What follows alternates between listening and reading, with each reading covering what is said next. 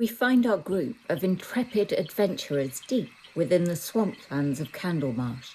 Having taken a short rest, interrupted by an attack from a stray will-o'-wisp, they felt ready to resume their mission, to retrieve an arcane core from beneath a corrupted tree. Judging by the brackish water with an acrid smell and the blackened vegetation, which appeared to be decaying, they were close. They headed back in a northerly direction, trying to creep through the area where they had already battled several will-o'-wisps. Alistair, Septima and Merrick all silently moved through the danger zone, but Gera and Calla, who came behind, were less skillful. The noise they made drew the attention of another will-o'-wisp. It materialised beside Gera, shocking him with its lightning touch. It struck him again before he and the other four unleashed a barrage of attacks. Merrick failed to hit with his first shot, but his dread ambusher struck true, his hunter's mark adding additional damage. Septima missed with her firebolt and Calla with her thornwhip, as Alistair fired a crossbow bolt into it, his sneak attack dealing extra harm.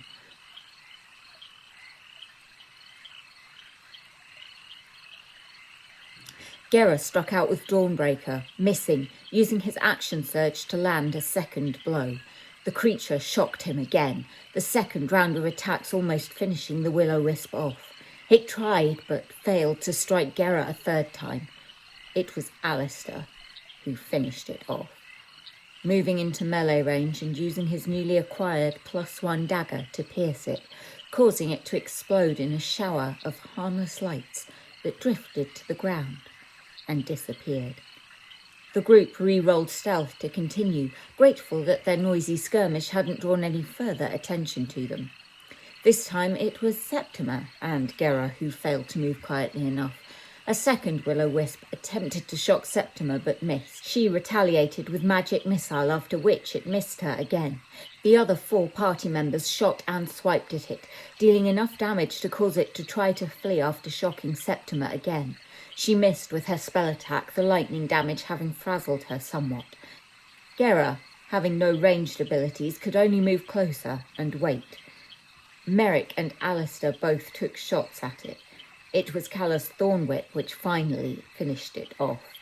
Hastily they stealthed away as fast as possible, Alistair standing and waiting until last. But it was okay. They drew no further attention. It was half an hour of stealthy walking, helped by Calla's casting of Pass Without a Trace, before they spotted a large blackened tree in the marsh ahead. It was a deciduous tree, unlike any of the others they had seen. It was tall and wide, its discoloured branches twisted in unnatural ways. The group stopped about 30 feet from it. Alistair, with a stealth roll of 30, vanished. The others had no idea where he'd gone, but assumed it was probably to check out the tree. He was too stealthy even for them to spot. Alistair got within about 5 feet of the tree when he noticed a section of bark that seemed to be loose. Peering closely, he could see that it was concealing an entry into the trunk, tall and wide enough for an average humanoid to enter by. The others cautiously approached after noticing his gesture. He took his dagger and carefully lifted the bark. As he moved it aside, it felt heavy and wet rather than dead and dry, and a strange, sticky substance seemed to be leaking from it, sticking to the trunk below. He slipped inside. The other 4 looked at one another, then, one by one, followed him within. The trunk of the tree was hollow, a large, empty chamber with a set of wooden stairs leading down. They carefully made their way in single file, led by Alistair, as he checked for any traps or other hidden dangers. Gera could not see, and Merrick could not be seen in the dank interior. The earth and ground beneath their feet extended up and around, a tunnel dug out under the land. It quickly opened out into a larger room, this one filled with old barrels, crates and broken furniture. Gera hung back whilst those with dark vision scoped it out. The only thing they found of note was a thick wooden barrier constructed on the right side of the room, part of which had rotted over time, allowing a way through. Alistair snuck as close as he dared and peered through. He could make out a secondary tunnel that seemed to open into a larger room. 4 or 5 strange figures occupied it, creatures unlike any he had seen before. Calla, close behind him, also took a look. She recognised the sounds they were making, and Septima agreed that these were most likely more of the bullywugs they had encountered before meeting up with the other 3. Quietly, the group formulated a plan. Gera would be used as bait, going in with a brightly glowing torch. Calla would throw down an entangle spell, Septima and Merrick ready to blast with magic and arrows. Alistair would retrieve Gera from the stairwell and guide him to the opening where he would light his torch. Plan agreed, they set things into motion. Calla's spell caught 2 of the bullywugs, making the ground difficult terrain for the others. Merrick unleashed an arrow, following up with a second using his dread ambusher. Both slammed into their target. Septima, low on spell slots, launched a firebolt. Alistair brought Gera to the opening, and the torch was lit. The surprise round over, it was into initiative order. Both trapped bullywugs failed to break free. The 3 not tangled in vines were not intelligent enough to go around the patch and tried to wade through, thick plant growth making it hard to move.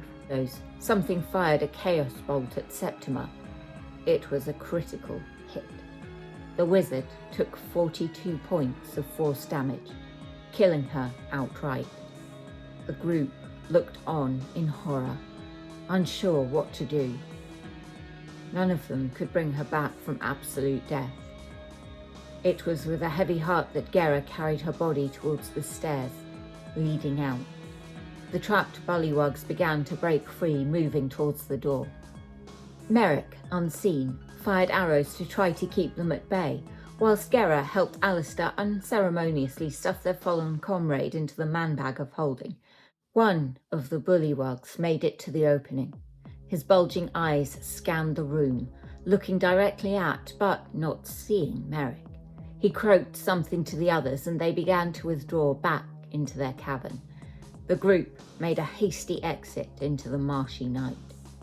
Once back outside the tree, they debated what to do. Over a minute had passed, meaning only the most powerful magic could now bring Septima back. Alistair gently extracted her from the man-bag and sat her up, Calla opening the blank spellbook and placing the dead wizard's hands on it. Moments passed. Nothing happened. Wondering if there was a magical trigger, Calla cast guidance into the pages. She felt the spell leaving her hands, having no effect on the inanimate object. In sheer desperation, Alistair fired a charge from the wand of healing word. It was then that Gera suggested Caelan. He had been very much dead, and was now very much not. Whilst he may not have the power to bring Septima back himself, he may know someone who had. Putting Septima back into the bag, Calla ensured she kept hold of the spellbook to avoid any interdimensional havoc. They made their way as quickly as they could back to the tree stump. Calla took the form of a giant frog, allowing her to traverse the boggy land with ease, carrying the others one at a time over any potential hazards. After a couple of hours, they reached the spot where the tree stump was. Calla was now back in her half-orc form. Gera made his way to the stump, peering inside. Nothing. The skeleton that had been there before was no longer in place.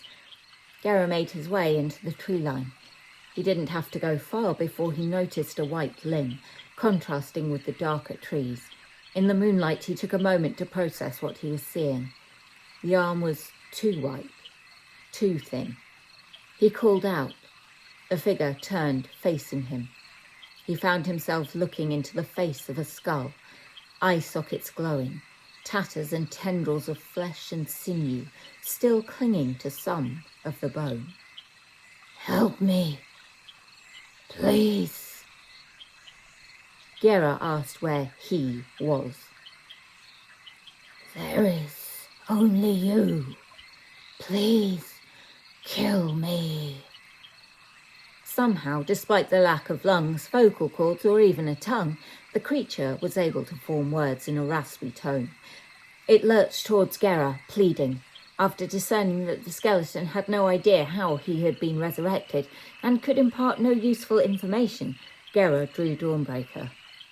"Sleep well," he uttered as he decapitated it in one swift blow. The glow in the sockets dimmed, then went out, the bones collapsing into a heap. Meanwhile, the other three had decided the best course of action would be to stuff Septima into the tree stump. They all got in with her. It was an embarrassingly tight squeeze. Calla and Alistair pressed up against each other, Merrick trying not to look too closely at what was in front of his face. Sheepishly, they climbed out. Gera returned to the glade as this was happening, looking at them with a raised eyebrow as Alistair explained what they had been doing. The skeleton had been very much dead the last time they were there, so they concluded that perhaps Septima should be left there for some time. Calla druid-crafted some flowers, placing them gently in the hands of her deceased friend. They decided to take a long rest by the stump, each taking a watch of 3 hours. Merrick went first, bothered by nothing more than the nocturnal sounds of the swamp. Alistair went next, praying fervently to Korak. Nothing of note occurred. Calla took the third watch, spending the entire 3 hours crying and druid-crafting flowers which she dropped into the hollow stump. 3 hours and 1,800 flowers later, it was Gera's watch. As the dawn began to break, he noticed a mass of flowers overflowing from the stump. They hadn't been there when he went to sleep. Excitedly, he woke the others. Calla explained what had happened, whilst Alistair dived into the floral mass, feeling for Septima amongst them. His hands found her cold and lifeless form. Sadly, he emerged from the stump in an explosion of colour. The group was stumped. No pun intended. Merrick cast his primeval sense in a last-ditch attempt to see if he could locate Caleb. He did get a ping, but it wasn't undead. There was a fey presence on the very edge of his spell radius, a mile to the west. He mentioned this to the others, and it was decided that Calla would wild shape into a horse and carry Alistair and Merrick in that direction. Gera would remain with Septima, keeping guard. It did not take long for Calla, guided by Merrick, to come across a small clearing where they noted the remains of a small campfire, and the grass flattened as if a tent had been set up there. Alistair checked the fire, and there was residual heat in the coals. It had been extinguished recently. Calla, still a horse, noted a small pink rat's tail lying by the fire, and a stick that looked very much as if it had been used as a skewer. She signalled to Merrick to dismount before she dropped her wild shape, and mentioned that she had come across a person on her travels who had been a magic user, seemingly fairly powerful, and had shared rats on sticks with her and Septima. The group could not tell exactly which way this person had gone, so Merrick recast his spell. Back at the stump, Gera waited patiently, with only his thoughts for company. At least, for now. And this is where we will leave the group. Split into 2, with one dead. But don't worry, the story hasn't finished yet.